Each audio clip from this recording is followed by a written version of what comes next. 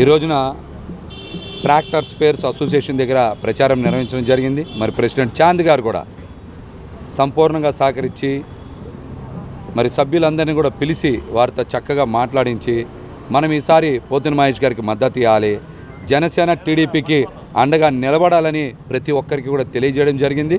మరి అందరూ కూడా చాలా సానుకూలంగా స్పందించి ఖచ్చితంగా ఈసారి మహేష్ గారికి జనసేన టీడీపీకి అండగా నిలబడతామని వారు కూడా హామీ ఇచ్చారు. నేను కూడా వారికి ఒక్కటే తెలియజేశాను, పశ్చిమ నియోజకవర్గంలో నాకన్నా పెద్ద ముస్లిం ఎవరు లేరు.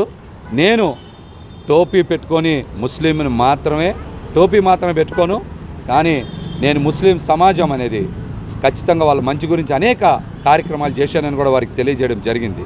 ముఖ్యంగా మనం మొదటి నుంచి చూస్తే ఇమ్దద్ గారు పక్కన ఉండేటువంటి పెద్ద స్థలం జుమా మసీద్ స్థలం కూడా ఆ రోజు పోరాటం చేసి ఆఫ్ చేశాం.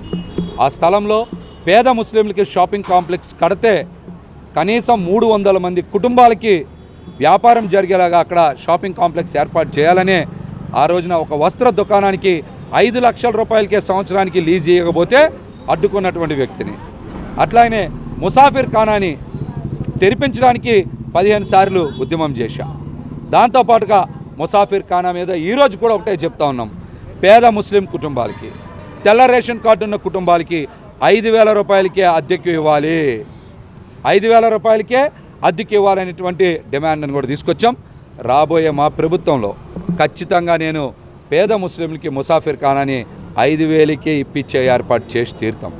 అలాగే హజ్ హౌస్ ఇక్కడి నుంచి తరలి వెళ్ళిపోతే గన్నవరం ఒక్కరు కూడా మాట్లాడాల, ఏ పార్టీ స్పందించలా. ముఖ్యంగా వైసీపీ అయితే చాలా నిర్లక్ష్య వైఖరి ప్రదర్శించింది. హజ్ హౌస్ని ఇక్కడే నిర్మాణం చేయాలి, చేసేలాగా కూడా మేము బాధ్యత తీసుకుంటాం.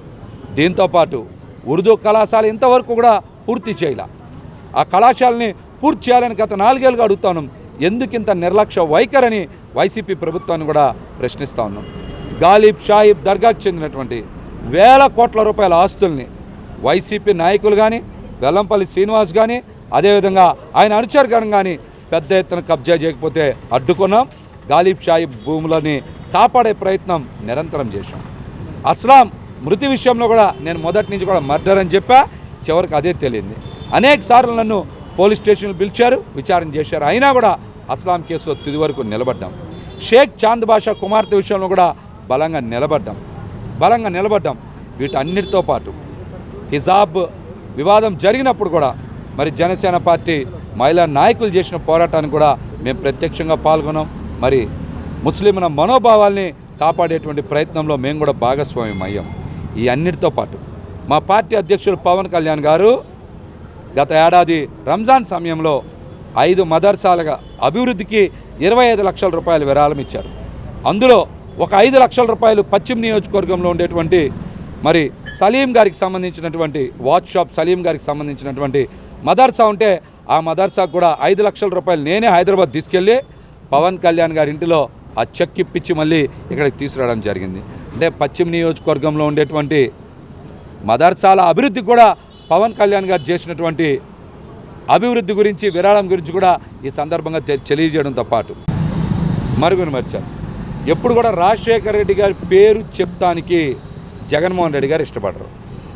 మా నాన్న 1 అడుగు ముందుకేస్తే నేను 2 అడుగులు ముందుకేస్తా, నా ఫోటో గుండెల్లో పెట్టుకుంటా అని ఆయన స్వార్థపూరితమైన రాజకీయాలు చేశారు. తండ్రి పేరుని అడ్డం పెట్టుకుని అధికారంలోకి వచ్చాక తండ్రి ఫోటో తీసినటువంటి దుర్మార్గుడు జగన్మోహన్ రెడ్డి. షర్మిల గారు చెప్పిన మాటగా ఆయన సమాధానం చెప్పాలి. వైఎస్ఆర్ పార్టీలో వైఎస్ఆర్ గారు లేరని చెప్పాడు షర్మిల గారు. ఆ విషయం మీద జగన్మోహన్ రెడ్డి గారు మాట్లాడాలి. వై అంటే వైవి సుబ్బారెడ్డి అని, ఎస్ అంటే సాయిరెడ్డి అని, ఆర్ అంటే సజ్జల రామకృష్ణారెడ్డి అని షర్మిల గారు చెప్పారు. అంటే వైసీఆర్ పార్టీలో వైఎస్ఆర్ లేరు, ఇంకా జగన్మోహన్ రెడ్డి గారి దగ్గర ఎక్కడ ఉంటారు? చెప్పమనండి. కాబట్టి తండ్రినే తీసేసినటువంటి దుర్మార్గుడు జగన్మోహన్ రెడ్డి ముందు షర్మిలారెడ్డి గారికి సమాధానం చెప్పాలని కూడా మేమైతే డిమాండ్ చేస్తా ఉన్నాం.